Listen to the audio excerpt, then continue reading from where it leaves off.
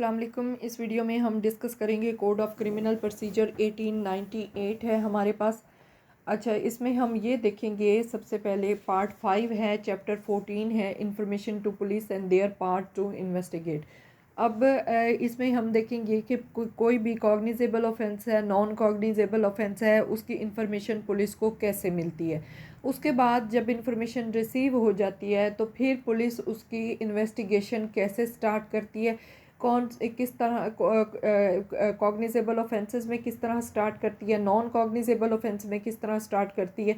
तो ये सारी चीज़ें हम इस वीडियो में डिस्कस करेंगे। सबसे पहले हमारे पास आ जाता है सेक्शन 154 है, ये हमारे पास FIR का सेक्शन है। अब इस सेक्शन में क्या है, 154 में वो कहते हैं कि कोई भी इंफॉर्मेशन है regarding the commission of cognizable offence. अब कॉग्निजेबल ऑफेंस कौन से ऑफेंसेस हैं? ये ऐसे ऑफेंसेस हैं जो कि हमने पहले डिस्कस किए हैं, ऐसे तमाम ऑफेंसेस जिनमें पुलिस जो है बग़ैर किसी वारंट के किसी भी पर्सन को अरेस्ट कर सकती है, पुलिस के पास ये इख्तियार है। अब ये कॉग्निजेबल ऑफेंसेस जितने भी हैं, ये ऑफेंसेस ऐसे ऑफेंसेस हैं जो सीरियस नेचर के होते हैं। अब वो कहते हैं कि कोई भी इंफॉर्मेशन पुलिस ऑफिसर को रिसीव होती है regarding the commission of cognizable offence, तो चाहे वो information in oral form receive हो या फिर इन रिटन फॉर्म रिसीव हो, तो अब यहाँ पे पुलिस ऑफिसर क्या करता है कि उस इंफॉर्मेशन को जो रिसीव होती है उसे फिल फॉर लिखता है खुद, या फिर अपनी डायरेक्शन में वो इंफॉर्मेशन जो है वो लिखवाता है। उसके बाद जो इंफॉर्मेंट होता है उसको वो पढ़कर सुनाई जाती है। फिर वो कहते हैं ऐसी तमाम इंफॉर्मेशन जब पुलिस ऑफिसर लिखवा लेता है तो फिर उस पे जो इंफॉर्मेंट होता है उसका सिग्नेचर लिए जाते हैं। अब वो कहते हैं कि सिग्नेचर लेने के बाद ये इंफॉर्मेशन जो है, जो कि एक बुक दी गई है प्रोविंशियल गवर्नमेंट की, ये एक स्पेसिफिक फॉर्म में कोई भी इंफॉर्मेशन जब रिसीव होती है regarding the commission of cognizable offence, तो उसको उस फॉर्म में, उस बुक में इंटर किया जाता है। अब वो फॉर्म कौन सी फॉर्म है? वो FIR की फॉर्म है, जो कि हम डेली बेसिस पे देख रहे होते हैं। अब उस फॉर्म के तहत जो है फर्स्ट इंफॉर्मेशन रिपोर्ट जो रिगार्डिंग द कॉग्निजेबल ऑफेंस है वो रिकॉर्ड की जाती है। आगे हमारे पास आगे इसकी प्रोवाइजो है, एक्सेप्शन है। अब इसमें वो कहता है कि कोई भी इंफॉर्मेशन अगर रिसीव हुई है रिगार्डिंग किसी खातून के कि उसके अगेंस्ट कोई offence under section 336B, 354, 354A, 376, 509 के तहत पाकिस्तान पिनल कोड के तहत कोई ऑफेंस कमिट हुआ है जिसमें उस खातून की मोडेसिटी जो है उस पर हमला किया गया है, उसके कपड़े फाड़े गए हैं, या रेप कमिट किया गया है, या असल्ट किया गया है, या फिर उस पर कॉर्सिव सब्सटेंसेस से कोई अटैक किया गया, तो यहाँ पे वो कहते हैं कि फिर क्या है, ये ऑफेंस चाहे कमिट किया गया है चाहे कमिट करने की कोशिश की गई है, दोनों सूरतों में जब भी इसकी इंफॉर्मेशन रिसीव होगी तो इन्वेस्टिगेटिंग ऑफिसर क्या करेगा, फीमेल पुलिस ऑफिसर की मौजूदगी में वो इंफॉर्मेशन रिकॉर्ड करेगा। या फिर जो कंप्लेनेंट है उसका कोई family member, female family member वहाँ पे मौजूद हो, या फिर कोई भी पर्सन जो उस कंप्लेनेंट की मर्ज़ी का है वो वहाँ पे मौजूद होना ज़रूरी है। नेक्स्ट हमारे पास आ जाता है इसका फर्दर प्रोवाइजो। उसमें वो कहता है कि अगर ऐसे ऑफेंसेस की इंफॉर्मेशन रिसीव हुई है, ठीक है, अब उसमें खातून क्या है कि वो अंडर डिस्ट्रेस है, परेशानी का शिकार है, सदमे में है, तकलीफ में, तो यहाँ पे वो कहते हैं कि जो इन्वेस्टिगेटिंग ऑफिसर होगा वो जाकर उस खातून की, उस कंप्लेनेंट की रिहाइश पे जाकर जो इंफॉर्मेशन है वो रिकॉर्ड करेगा, या फिर कंप्लेनेंट की कोई भी ऐसी प्लेस जो जो उसे कन्वीनियंट लगती हो उस पे से बुलाएगा तो वहाँ पे इंफॉर्मेशन रिकॉर्ड की जाएगी। ये और वो कहता है कि ये इंफॉर्मेशन जब रिकॉर्ड की जाएगी तो फीमेल पुलिस ऑफिसर मौजूद होगी, या फिर उस खातून के कोई फीमेल फैमिली मेम्बर वहाँ पे मौजूद होगा, या कोई भी पर्सन उस कंप्लेनेंट की चॉइस का उसका वहाँ पे मौजूद होना ज़रूरी है। फिर आगे फर्दर हम केस लॉस डिस्कस कर लेते हैं। इसमें वो कहता है कि अब जब फर्स्ट इंफॉर्मेशन की बात हम करते हैं तो रिगार्डिंग के ये रिस्पॉन्सिबिलिटी पुलिस ऑफिसर की है, नहीं है, क्या है, तो यहाँ पे वो कहता है कि जब भी कोई इंफॉर्मेशन रिसीव होती है regarding the commission of non cognizable offence, तो पुलिस ऑफिसर क्या है कि ये उसकी ड्यूटी है, ही इज़ ड्यूटी बाउंड कि वो इंफॉर्मेशन को रिकॉर्ड करे। जो भी इंसिडेंट बताया गया है वो उस इंसिडेंट की इंफॉर्मेशन रिकॉर्ड करना उस पुलिस ऑफिसर की ड्यूटी बाउंड है, मैंडेटरी है। आगे वो कहते हैं कि ये एक मैंडेटरी ड्यूटी है पुलिस ऑफिसर की कि कोई भी इंफॉर्मेशन आती है उसको रिकॉर्ड करे। फिर वो कहता है कि ये स्टैट्यूटरी ऑब्लिगेशन है पुलिस ऑफिसर की कि कोई भी information regarding the cognizable offence जब मिलती है तो उसको रजिस्टर करना उसकी स्टैट्यूटरी ऑब्लिगेशन है।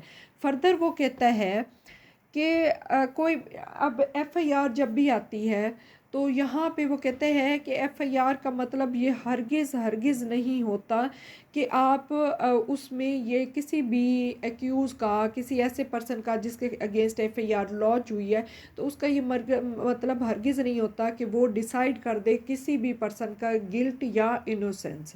ठीक है, इसका मतलब क्या होता है, बेसिक पर्पस क्या होता है कि जो लॉ इन्फोर्सिंग एजेंसीज़ हैं उनको मूव करना, ठीक है, उनको एक्टिव फॉर्म में लेके आना ताकि वो लॉ इन्फोर्सिंग एजेंसीज जो हैं वो फर्दर जाके जो भी इंफॉर्मेशन मिली है रिगार्डिंग द कॉग्निजेबल ऑफेंस वो उस पे जाके एविडेंस जो है वो कलेक्ट करें।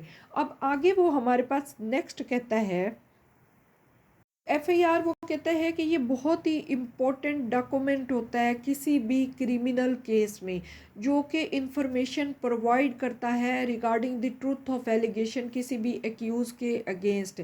यहाँ पे वो कहता है कि ये इसका पर्पस क्या होता है कि जो एलिगेशंस हैं उनको रिकॉर्ड करना, ठीक है, वो उन एलिगेशंस को जो प्रोसिक्यूशन की केस है उसमें कोई भी अगर एविडेंस मिलती है, कोई भी चीज़ मिलती है, उसको स्ट्रेंथन करता है।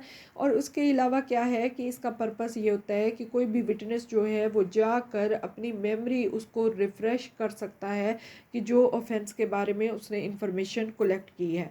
फर्दर वो कहते हैं कि एफआईआर जो है ये एक पब्लिक डॉक्यूमेंट है।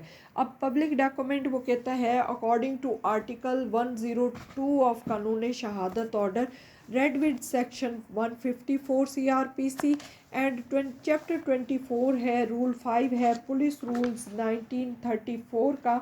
वो कहते हैं इसके मुताबिक जो एफआईआर है वो एक पब्लिक डॉक्यूमेंट है, जो कि वो कहते हैं कि सेक्शन आर्टिकल 78 ऑफ कानून शहादत के तहत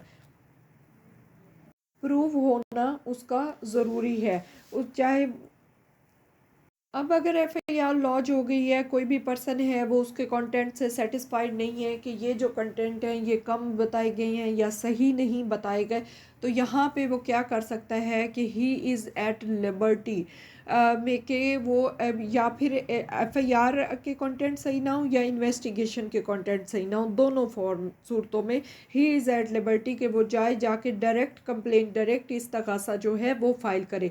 अब यहाँ पे वो कहता है कि कोई भी अगर वो सेटिस्फाइड नहीं होता about the contents of FIR, about the investigation of police officer, तो वो मजिस्ट्रेट के पास जाकर डायरेक्ट कंप्लेन करने का इख्तियार रखता है। नेक्स्ट हमारे पास आ गया सेक्शन 155 है information in non cognizable cases.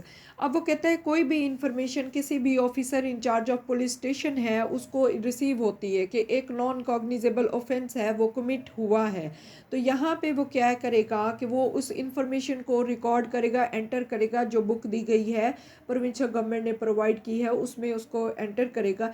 Enter करने के बाद वो फ़ौरन जाकर ये जो नॉन कॉग्निजेबल ऑफेंस की इंफॉर्मेशन है ये रेफ़र कर देगा मजिस्ट्रेट की तरफ। अब वो कहता है कि कोई भी नॉन कॉग्निजेबल केस है इसमें पुलिस ऑफिसर जो है वो उसकी इन्वेस्टिगेशन नहीं स्टार्ट कर सकता। उसकी इन्वेस्टिगेशन कब स्टार्ट करेगा, जब मजिस्ट्रेट उसको ऑर्डर देगा।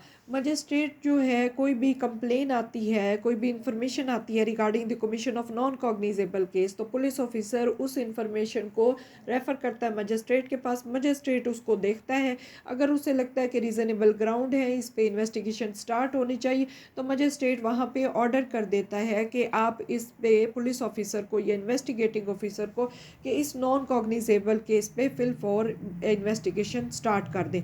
तो फिर जो इन्वेस्टिगेटिंग ऑफिसर होता है, पुलिस ऑफिसर होता है, वो इन्वेस्टिगेशन स्टार्ट करता है, उससे पहले वो नहीं कर सकता। अब जब कोई भी इंफॉर्मेशन रिसीव हो जाती है, ठीक है, मजिस्ट्रेट अलाउ कर देता है, कह देता है कि जाए पुलिस ऑफिसर जाके इस नॉन कॉग्निजेबल ऑफेंस में इन्वेस्टिगेशन स्टार्ट करे। तो यहाँ पे वो कहता है कि जो पुलिस ऑफिसर होगा, जो कि इंचार्ज होगा पुलिस स्टेशन का, उसके पास वही इख्तियारात होंगे जो किसी भी कॉग्निजेबल ऑफेंस की इन्वेस्टिगेशन में वो इस्तेमाल करता है। नेक्स्ट हमारे पास आ गया PLJ 2000 पेशावर 3 है।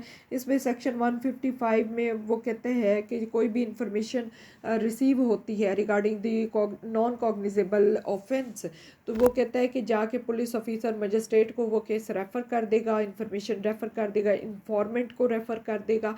फिर मजिस्ट्रेट जब ऑर्डर करते हैं कि इसमें इन्वेस्टिगेशन स्टार्ट की जाए, तो फिर इन्वेस्टिगेशन स्टार्ट होगी। वो कहता है कि केस लॉ है हमारे पास 1993 PCRLJ 205 है। वो कहता है कि जब भी इंफॉर्मेशन रिसीव होती है किसी भी नॉन कॉग्निजेबल ऑफेंस की, तो यहाँ पे वो कहता है मजिस्ट्रेट की परमिशन बहुत ज़रूरी है उसकी इन्वेस्टिगेशन स्टार्ट करने के लिए। मजिस्ट्रेट जब तक ऑर्डर नहीं करेगा तब तक इन्वेस्टिगेशन स्टार्ट नहीं होगी। वो कहता है कि लॉ जो है वो एज़ इट इज़, जैसे कि वो प्रोवाइड किया गया वैसे ही उसे फॉलो करना ज़रूरी है। तो मैंडेटरी है यहाँ पे मजिस्ट्रेट का ऑर्डर, उसकी परमिशन। फिर आगे वो कहता है कि फर्दर केस लॉ में वो कहते हैं कि जो भी इन्वेस्टिगेशन पुलिस ऑफिसर कोई भी इन्वेस्टिगेशन स्टार्ट करता है किसी भी केस में, तो वो कहता है उसका सोल पर्पस क्या है कि एविडेंस कलेक्ट करना है और उस एविडेंस को ले जाकर जो कॉम्पिटेंट कोर्ट है उसके सामने रखना है, ना कि उसमें पुलिस ऑफिसर अपना कोई डिसीजन देगा। सेक्शन 156 है हमारे पास इन्वेस्टिगेशन इन कॉग्निजेबल केसेस। अब इसमें वो कहता है कि कोई भी ऑफिसर इंचार्ज है पुलिस स्टेशन का, उसे इंफॉर्मेशन रिसीव हुई कॉग्निजेबल ऑफेंस की, उसने वो इंफॉर्मेशन रिकॉर्ड कर दी, उसको एंटर कर दिया बुक में, तो अब क्या है कि उस नॉन कॉग्निजेबल ऑफेंस की इन्वेस्टिगेशन स्टार्ट करनी है। तो पुलिस ऑफिसर के पास इख्तियार है कि वो मजिस्ट्रेट की इजाज़त के बगैर उस कॉग्निजेबल ऑफेंस की, उस कॉग्निजेबल केस की इन्वेस्टिगेशन स्टार्ट कर सकता है और वो उसकी इन्वेस्टिगेशन स्टार्ट कर देगा। अब वो कहता है कि जो इन्वेस्टिगेशन उस पुलिस ऑफिसर ने की होगी बगैर मजिस्ट्रेट की परमिशन के, वो कहता है यहाँ पे किसी भी स्टेज पे उस पर कोई क्वेश्चन नहीं किया जा सकता। दूसरा नंबर ये, उसकी इन्वेस्टिगेशन में इंटरफेयर कोई नहीं करेगा। उसकी इन्वेस्टिगेशन जो है वो लीगल तरीके से अगर वो परफॉर्म कर रहा है तो वो एज़ इट इज़ वो कंडक्ट करता रहेगा, किसी की परमिशन की ज़रूरत नहीं, किसी की इंटरफेरेंस जो है उसकी भी परमिशन नहीं है। आगे सब सेक्शन 3 में वो कहता है कि जो मजिस्ट्रेट एम्पावर्ड है अंडर सेक्शन 190 CRPC, जो सेक्शन 190 के तहत मजिस्ट्रेट को कोई कंप्लेन आती है तो उस पर इन्वेस्टिगेशन का ऑर्डर कर सकता है। उसके अलावा उसको कोई केस रेफ़र होता है नॉन कॉग्निजेबल ऑफेंस का, या वो उसके पे इन्वेस्टिगेशन का ऑर्डर कर सकता है। इसी तरह वो कहते हैं कि जो मजिस्ट्रेट के पास इख्तियार है 190 के तहत, उसके तहत मजिस्ट्रेट जो है वो किसी भी कॉग्निजेबल केस में भी ऑर्डर कर सकता है कि पुलिस को कि इसमें इन्वेस्टिगेशन स्टार्ट की जाए। अब वो कहता है फर्दर सब सेक्शन 4 जो है ये इम्पोर्टेंट है। इसमें वो कहता है कि पुलिस ऑफिसर जो है अगर कोई ऐसा ऑफेंस कमिट हुआ है जो कि अंडर सेक्शन 497 और 498 ऑफ पाकिस्तान पीनल कोड के तहत हुआ है, तो इसमें वो कहता है 497 जो है ये अडल्ट्री का ऑफेंस है, 498 जो है ये किसी भी मैरिड वोमन जो है उसको बहला फुसला कर विद एनी क्रिमिनल इंटेंशन उसको ले जाना। तो यहाँ पे वो कहता है ऐसा कोई भी ऑफेंस कमिट हुआ है तो उसमें जब तक के कंप्लेनेंट का हस्बैंड जो है वो कंप्लेन फाइल नहीं, जब तक कि जो खातून है उसका हस्बैंड जो है वो कंप्लेन फाइल नहीं करेगा या फिर उसके एब्सेंस में, हस्बैंड नहीं है तो उसके एब्सेंस में जो गार्डियन है खातून का, वो कंप्लेन फाइल नहीं करेगा, तब तक पुलिस ऑफिसर उस केस में इन्वेस्टिगेशन स्टार्ट नहीं कर सकता। नेक्स्ट हमारे पास आ गया जी केस लॉ है 1999 PCR LJ 1357 है। इसमें वो कहता है कि इन्वेस्टिगेशन जो है इन स्टेप्स पे है। कौन से स्टेप है? पहले कि जब भी FIR लॉन्च हो जाएगी, इंफॉर्मेशन रिसीव हो जाएगी या कंप्लेन, तो फर्दर क्या होगा कि जो इन्वेस्टिगेटिंग ऑफिसर है इन्वेस्टिगेशन स्टार्ट करते ही जो स्पॉट होगा उस स्पॉट की तरफ जाएगा। फिर वो क्या करेगा कि जो फैक्ट है, सरकमस्टांसेस हैं, उनके जाके असरटेन करेगा, उनको तसल्ली करेगा, अच्छा वो कलेक्ट करेगा। उसके बाद क्या है वो देखेगा। फिर आगे वो कहते हैं कि कोई भी ऑफेंडर है जिसके अगेंस्ट FIR लॉन्च हुई है, तो यहाँ पे वो कहता है कि उस ऑफेंडर को जाकर पता करेगा कि वो कहाँ पे है, उसको ढूंढेगा, फिर उसको अरेस्ट करेगा और फिर जो एविडेंस होगी जितनी भी ऑन द स्पॉट वो इकट्ठी करेगा। जो फैक्ट एंड सर्कमस्टांसेस होंगे वो देखेगा। अच्छा, ऑन द स्पॉट जो एविडेंस कलेक्ट होगी, जो बाद में कलेक्ट होगी, वो सारी एविडेंस कलेक्ट करेगा। तो आगे हमारे पास आ जाता है फर्दर केस लॉ है हमारे पास। यहाँ पे वो कहता है कि बहुत इम्पोर्टेंट है कि ये जो इन्वेस्टिगेटिंग ऑफिसर है इसका काम क्या है? एविडेंस कलेक्ट करना, ऑन द स्पॉट जाना। हमने यहाँ पे स्टेप देख लिए हैं। ऑन द स्पॉट जाना, फैक्ट और सरकमस्टांसेस केस की हैं उनको पता करना, फिर ऑफेंडर को ढूंढना, उसको अरेस्ट करना, एविडेंस कलेक्ट करना। वो कहता है यही उसका काम है इन्वेस्टिगेटिंग ऑफिसर का। ये सुप्रीम कोर्ट की जजमेंट्स में है। वो कहता है उसका काम ये नहीं है कि वो जाके उस पर अपनी फाइंडिंग दे या एज ए एक्सपर्ट उस पर बैठ के अपनी ओपिनियन दे। फिर वो कहते हैं इन्वेस्टिगेटिंग ऑफिसर जो है उसका काम है एविडेंस कलेक्ट करना, ना कि ये बताना कि एक्यूज़ गिल्टी है या इनोसेंट है। हम ये अक्सर देखते हैं कि चालान में लिखा होता है कि मैंने इसको गुनाहगार पाया, मैंने इसे बेगुनाह पाया। वो कहता है गुनाहगार पाया, बेगुनाह पाया, इसकी कोई अहमियत नहीं है। पुलिस ऑफिसर का ये लिखना बनता ही नहीं है। उसका काम क्या है? एविडेंस कलेक्ट करना। उसका ये काम नहीं है कि वो बैठ के लिखे कि मैंने इसे गुनाहगार पाया, मैंने इसे बेगुनाह पाया। वो कहता है ये बेगुनाहगार पाना या बेगुनाह करार देना ये अदालत का काम है, ना कि किसी भी पुलिस ऑफिसर का काम। वो कहता है कि अब पुलिस ऑफिसर जो है वो अपनी ओपिनियन लिख देता है कि मेरी ओपिनियन में ये पर्सन जो है ये बेगुनाह है। अब अदालत उसके कहने पे नहीं चलेगी, बल्कि अदालत वो फैक्ट और सरकमस्टांसेस देखेगी, फाइल देखेगी, एविडेंस जो उसने कलेक्ट किया उसको देखेगी। उसके बाद अदालत डिसाइड करेगी कि आया ये बेगुनाह है या गुनाहगार है। अब यहाँ पे वो कहते हैं कि ये जो इन्वेस्टिगेशन का राइट है पुलिस के पास, वो कहता है ये स्टैट्यूटरी राइट है। इसमें कोई भी regarding the cognizable offences, regarding the cognizable crime, वो कहता है इसमें किसी भी जुडिशल मजिस्ट्रेट, किसी भी जुडिशल अथॉरिटी की परमिशन की ज़रूरत हरगिज़ नहीं है। वो कहता है ये जो पुलिस का स्टैट्यूटरी राइट है इसको कोई भी इंटरफेयर नहीं कर सकता, कोई जुडिशल ऑफिसर इसमें इंटरफेरेंस नहीं कर सकता। फर्दर हमारे पास आ गया सेक्शन 156A है। अब इसमें वो कहता है investigation of offence under section 295C Pakistan penal code. अब यहाँ पे वो कहता है कोई भी police officer not below the rank of superintendent of police, किसी भी ऐसे ऑफेंस जो 295C पाकिस्तान पीनल कोड के तहत कमिट हुआ है उसकी इन्वेस्टिगेशन नहीं करेगा। कौन इन्वेस्टिगेशन करेगा? सुप्रिटेंडेंट ऑफ पुलिस जो है वो हिमसेल्फ इसकी इन्वेस्टिगेशन करेगा। 295C क्या है कि नबी पाक सल्लल्लाहु अलैहि वसल्लम के बारे में कोई भी तौहीन अमेज़ फ़िक्रात कहना, कलमात कहना, तो वो इसमें आ जाता है। नेक्स्ट हमारे पास आ गया सेक्शन 156B। इसमें वो कहता है investigation against a woman accused of offence of जिना।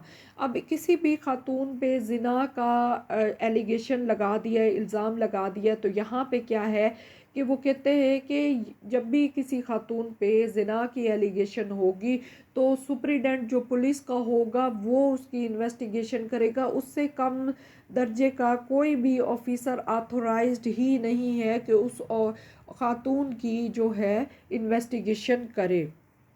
ऐसी किसी भी पर्सन को जिस पे जिना का जो है वो एलिगेशन आ गई है, चाहे मेल है फीमेल है, तो यहाँ पे एक तो एसपी जो सुप्रिटेंडेंट ऑफ पुलिस है वो उसकी इन्वेस्टिगेशन करेगा। लेकिन अगर वो सुप्रिटेंडेंट ऑफ पुलिस जो है इन्वेस्टिगेशन की हद तक नहीं, वो कहता है उसको अरेस्ट भी नहीं कर सकता। किस वक्त अरेस्ट करेगा? जब कोर्ट परमिशन देगी कि इस ऑफेंस में हाँ अब आप जाके उसको अरेस्ट कर ले। किसी पे जिना की एलिगेशन जब भी लगी हैं तो यहाँ पे पहले कोर्ट के पास जाके वो सुप्रिटेंडेंट ऑफ पुलिस परमिशन लेगा, कोर्ट परमिट करेगी, फिर जाके वो उन्हें अरेस्ट करेगा। अदरवाइज़ वो उन्हें अरेस्ट भी नहीं कर सकता। और इन्वेस्टिगेशन भी सुप्रिटेंडेंट ऑफ पुलिस करेगा, उससे बिलो के रैंक का कोई बंदा भी उठकर इन्वेस्टिगेशन नहीं कर सकता। अब यहाँ पे फर्दर वो कहता है कि सेक्शन 156 बी जो है, this is regarding the Jinnah not Jinnah bill जबर, इसमें वो क्लैरिफाई कर देता है। आगे हमारे पास आ जाता है सेक्शन 157 है, procedure where cognizable offence suspected. अब officer in charge of police station है, उसको कोई इंफॉर्मेशन रिसीव होती है रिगार्डिंग द कॉग्निजेबल ऑफेंस, किसी और तरीके से उसे पता चलता है कि कोई कॉग्निजेबल ऑफेंस जो है वो कमिट हो गया है या होने वाला है, या कोई शक शुबा पैदा होता है, तो यहाँ पे वो कहते हैं कि पुलिस ऑफिसर जो है वो he is impaired under section 156 के, वो जाकर इसकी इन्वेस्टिगेशन कर सकता है। यहाँ पे पुलिस ऑफिसर क्या करेगा कि वो फ़ौरन ही उसका मजिस्ट्रेट जो होगा वो रेलेवेंट उस मजिस्ट्रेट को रिपोर्ट भेजेगा, ठीक है, कि वो इस कॉग्निजेबल ऑफेंस में इन्वेस्टिगेशन करने जा रहा है। फिर वो क्या करेगा कि वो जाएगा इन पर्सन या फिर कोई अपना सबऑर्डिनेट ऑफिसर जो है वो अपने साथ ले लेगा और उस ऑफेंस की जाके वो इन्वेस्टिगेशन करेगा ऑन द स्पॉट। वहाँ पे जाएगा, जो फैक्ट और सर्कमस्टांसेस हैं उनको देखेगा, उनको इन्वेस्टिगेट करेगा। उसके अलावा जो भी नेसेसरी मेजर्स हैं जो ज़रूरी हैं वो अकॉर्डिंग टू डेथ वो तमाम नेसेसरी मेजर जो हैं पुलिस ऑफिसर लेगा। आगे हमारे पास प्रोवाइज़ो हम देख लेते हैं। यहाँ पे वो कहते हैं कि कोई भी अगर ऐसी इंफॉर्मेशन रिसीव हुई है अब regarding the commission of offence, जिसमें कि पर्सन का नाम जो है वो बताया गया है, ऑफेंस जो है वो सीरियस नेचर का नहीं है, तो यहाँ पे वो कहता है बाय नेम किसी पर्सन के खिलाफ हुई है, सीरियस नेचर का ऑफेंस नहीं है, तो फिर वो कहता है कि उस जो पुलिस ऑफिसर है, जो officer in charge of police station है, वो उसको खुद भी जाने की ज़रूरत नहीं है, ना ही वो अपने किसी सबऑर्डिनेट को भेज के वो जाए और जाके इसकी कोई इन्वेस्टिगेशन करे, एज सच वो नहीं करेगा। आगे वो कहता है कि फर्दर उसकी प्रोवाइज़ो में वो कहते हैं कि पुलिस ऑफिसर जो है अगर उसको लगता है किसी भी इन्वेस्टिगेशन में कि कोई भी सफिशेंट ग्राउंड नहीं मौजूद,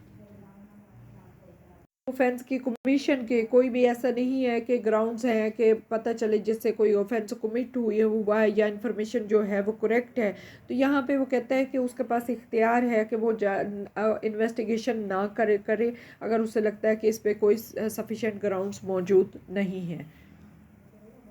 करेगा कि पुलिस ऑफिसर जो है, इन्वेस्टिगेटिंग ऑफिसर जो है, वो क्या करेगा कि जो भी फैक्ट्स हैं, मैं जो रीज़न्स हैं जिनकी वजह से उसने इन्वेस्टिगेशन कंडक्ट नहीं की है, तो वो तमाम रीज़न जो हैं वो लिखवाएगा, रजिस्टर करवाएगा। उसके बाद वो क्या करेगा कि वो तमाम की तमाम जो रीज़न्स के साथ रिपोर्ट है वो तैयार करेगा, वो रिपोर्ट सबमिट करवाएगा और उसके अलावा जो इंफॉर्मेंट होगा उसको भी बताएगा कि उसने किस बुनियाद पे ये इन्वेस्टिगेशन कंडक्ट नहीं की। हमारे पास आ गया सेक्शन 158 है, इसमें वो कहते हैं report under section 157 how submitted. अब यहाँ पे वो कहते हैं कि जो भी रिपोर्ट तैयार की जाएगी सेक्शन 157 के तहत, ये रिपोर्ट जो है ये मजिस्ट्रेट को भेजी जाएगी। जो रिपोर्ट तैयार की जाएगी 157 में जो अभी हमने पढ़ा है, अच्छा उसके बाद ये कि अपने किसी भी सुपीरियर ऑफिसर के ज़रिए ये मजिस्ट्रेट के सामने रिपोर्ट जो है वो पेश कर सकता है। सुपीरियर ऑफिसर जो है वो कोई भी instruction officer in charge of police station है उसको दे सकता है। फिर वो जो इंस्ट्रक्शन देगा उस रिपोर्ट में उसको रिकॉर्ड किया जाएगा। उसके बाद बगैर किसी डिले के मजिस्ट्रेट के पास वो रिपोर्ट सबमिट करवाई जाएगी। आगे सेक्शन 159 है part to hold investigation of preliminary inquiry. यहाँ पे वो कहता है कि जब भी कोई रिपोर्ट, ये रिपोर्ट सब रिपोर्ट तैयार हुई थी सेक्शन 157 में, कि जब उसे लगता है कि इस पे ऑफेंस पे इन्वेस्टिगेशन है। फिर आगे वो कहता है कि वो रिपोर्ट सबमिट हुई है अंडर सेक्शन 158 मजिस्ट्रेट के पास। अब सेक्शन 159 जो मजिस्ट्रेट के पास रिपोर्ट आ गई, उसने रिसीव कर ली, तो मजिस्ट्रेट के पास इख्तियार है कि वो उस पे इन्वेस्टिगेशन का हुक्म दे दे, या फिर उस पे के पास ये है कि कोई भी उसके खुद या उसका सबऑर्डिनेट मजिस्ट्रेट है उसके पास वो मैटर रेफ़र कर दे, उस पे जो प्रीलिमिनरी इंक्वायरी है वो कंडक्ट करें, और उसके बाद अकॉर्डिंग टू डैट वो उस केस को डिस्पोज ऑफ कर दें।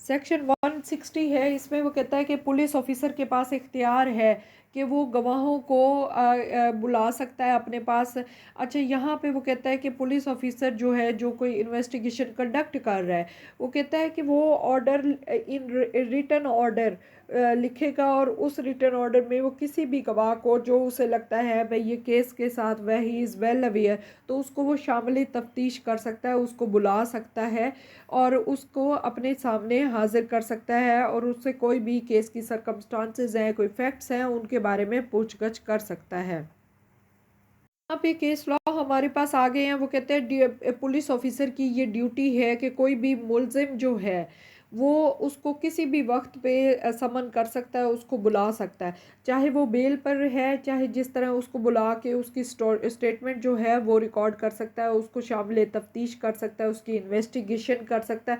अच्छा, यहाँ पे फिर आगे वो फर्दर कहता है कि पुलिस ऑफिसर जो है किसी भी गवाह को ऑरली नहीं कह सकता कि आओ और आकर शामिल तफ्तीश हो, बल्कि वो उसको जब भी बुलाएगा, जब भी समन करेगा, तो वो इन रिटन फॉर्म उस गवाह को बुलाएगा।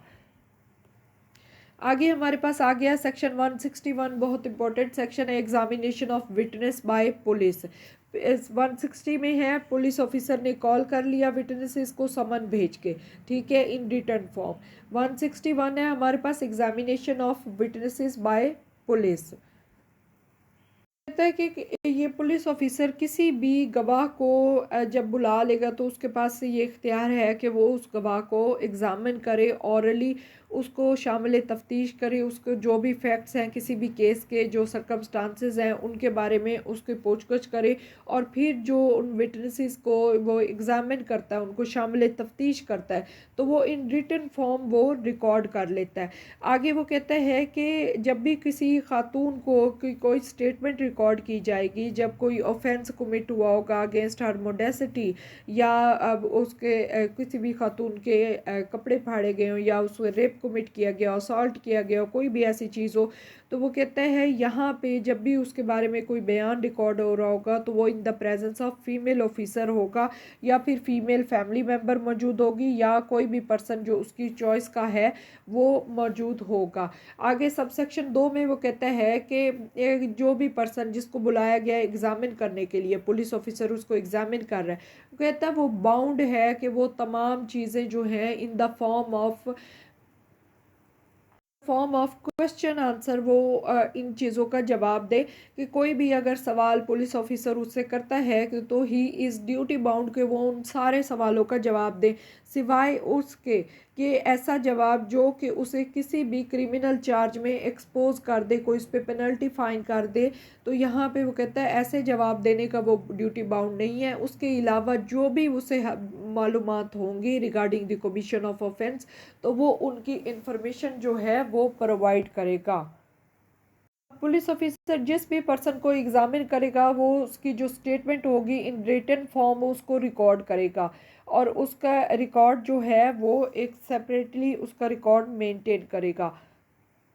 यहाँ पे वो कहते हैं सेक्शन 161A जो है legal representation of victim of rape, इसमें वो कहते हैं कि अब कोई भी ऑफेंस कमिट हुआ है जिसमें कि किसी भी जो विक्टिम है उसके अगेंस्ट ऑफेंस कमिट हुआ है, जिसमें रेप कमिट हुआ है या सॉडमी कमिट हुई है या अननेचुरल कोई सेक्सुअल एक्टिविटी की गई किसी पर्सन से, या फिर 354 के तहत 54A के तहत कोई ऑफेंस कमिट हुआ है, तो इसमें वो कहता है पुलिस ऑफिसर जैसे ही इंफॉर्मेशन रिकॉर्ड करेगा, इंफॉर्मेशन रिकॉर्ड करने के बाद वो विक्टिम को इन्फॉर्म करेगा कि उसके पास लीगल राइट है कि वो अपनी लीगल रिप्रेजेंटेशन कर सकता है। अगर विक्टिम जो है वो कहता है कि मुझे फ्री लीगल एड जो है पुलिस ऑफिसर वो प्रोवाइड करे, तो यहाँ पे वो कहता है प्रोविंशियल जो पुलिस ऑफिसर है जो कि प्रोविंशियल बार ने एक लॉयर्स की लिस्ट प्रोवाइड की होगी, तो उन लॉयर्स की लिस्ट में उसे एक फ्री लीगल एड जो है वो प्रोवाइड करेंगे।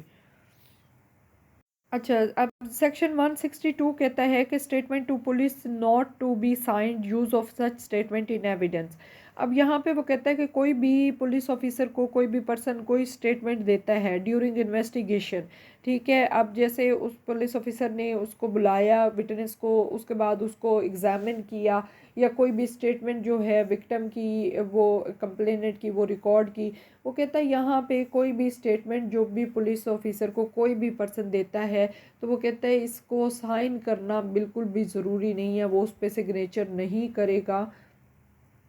आगे वो कहता है कि इसकी प्रोवाइज़ो में वो कहता है जब भी कोई विटनेस जो है प्रोसिक्यूशन कॉल करेगी किसी भी इंक्वायरी में, किसी ट्रायल में, जिसकी स्टेटमेंट रिकॉर्ड हुई है और इन राइटिंग रिटन फॉर्म जो है वो महफूज की गई है, वो कहते हैं कि यहाँ पे एक्यूज़ के पास इख्तियार, उसको राइट है कि वो उस स्टेटमेंट को सामने रख कर उस गवाह के साथ कॉन्ट्राडिक्ट करवा सके और वहाँ पे कॉन्ट्राडिक्शन जो है वो पैदा कर सके।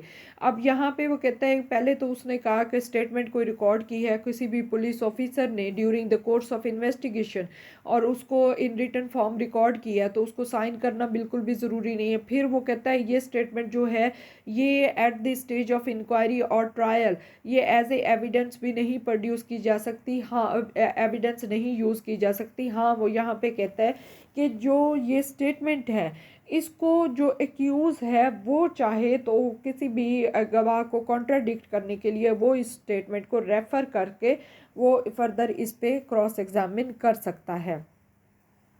वो कहता है कि कोर्ट के पास अगर इख्तियार है कि कोई भी स्टेटमेंट जो है अगर कोर्ट को लगता है कि ये रेलेवेंट नहीं है और regarding the matter of inquiry और ट्रायल और इसका डिस्क्लोज़ किया जाना एक्यूज़ को ज़रूरी नहीं है, तो in the interest of justice court क्या कर सकती है कि वो उसको रोक सकती है कि ये एक्यूज़ को डिस्क्लोज़ ना की जाए। लेकिन यहाँ पे वो कहता है जब भी ऐसी बात होगी तो कोर्ट जो है वो अपनी ओपिनियन इस पे रिकॉर्ड करवाएगी और उसकी जो कॉपी है वो फर्निश की जाएगी एक्यूज़ को।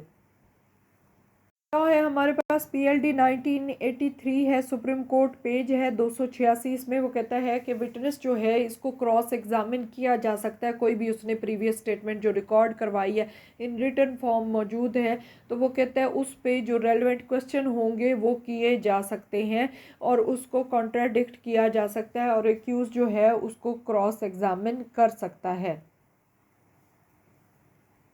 अब सेक्शन 163 जो है ये कहता है कि no inducement to be offered. अब ये वही हमारे पास आ जाता है जो कि कानून शहादत में है कि कोई भी स्टेटमेंट जब एक्यूज़ अंडर आर्टिकल 37 है कि एक्यूज़ कोई भी स्टेटमेंट जो है वो अंडर इंड्यूसमेंट, थ्रेट और प्रॉमिस जो है वो इरेलेवेंट होगी किसी भी क्रिमिनल प्रोसीडिंग में। तो यही बात वो इसका क्रॉस रेफरेंस आर्टिकल 37 कानून शहादत ऑर्डर है और यहाँ पे 163 जो है CRPC का ये कहता है कि कोई भी पुलिस ऑफिसर जो है किसी भी पर्सन से कोई भी स्टेटमेंट जो है या वो नहीं ले सकता अंडर इंड्यूसमेंट, थ्रेट और प्रॉमिस। वो कहता है कि अगर कोई पर्सन जो है अपनी फ्री विल के साथ कोई स्टेटमेंट देना चाहता है, कोई शहादत रिकॉर्ड करवाना चाहता है, तो वो यहाँ पे कहता है पुलिस ऑफिसर उस पर्सन को नहीं रोकेगा। अब आगे हमारे पास केस लॉ है 2023 PCR LJ 83 है। इसमें वो कहता है कोई भी एक्यूजेशन है, एलिगेशन है किसी भी एक्यूज़ के अगेंस्ट जब भी की गई है, तो वो कहता है उसको प्रॉपर तरीके से इन्वेस्टिगेशन करना चाहिए, प्रॉपर मैनर में उसकी इन्वेस्टिगेशन होनी चाहिए। और यहाँ पे वो कहता है जब एक्यूज़ को अगर किसी भी इन्वेस्टिगेशन के लिए कस्टडी में रखना ज़रूरी है, तो पुलिस ऑफिसर जो है वो लीगल तरीके से उसकी कस्टडी जो उसकी रिमांड जो है वो हासिल कर सकता है।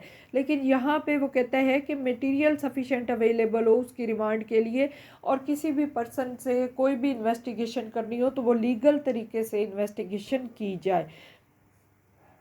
आगे हमारे पास आ गया है सेक्शन 164 है। इसमें वो कहता है कि part two record statements and confession. अब कहता है मजिस्ट्रेट ऑफ फर्स्ट क्लास और सेकंड क्लास के पास इख्तियार है कि कोई भी अगर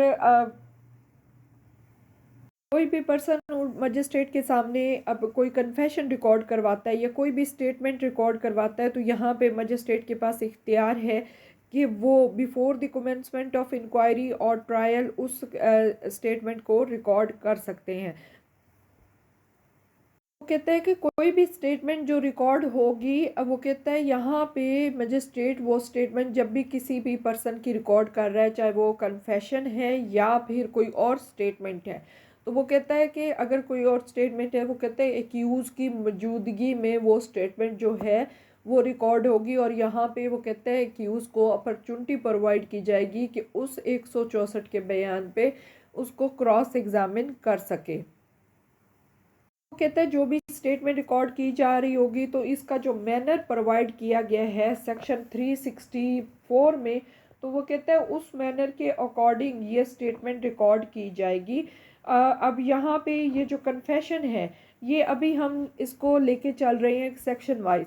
तो जो कन्फेशन का जो अलग से मैं एक इसकी पूरी वीडियो बना दूंगी जिसमें इसकी सारी एक तो जो सेक्शन दिए गए हैं CRPC में वो, उसके अलावा जो क्रॉस रेफरेंसेस हमारे पास मौजूद हैं जो कि high court rules and order volume 3 में हैं और कानून शहादत ऑर्डर 1984 में है, तो उनको मिला के एक इसकी डिटेल में से मैं वीडियो बना दूंगी ताकि आप लोगों के लिए एक आसानी हो जाए।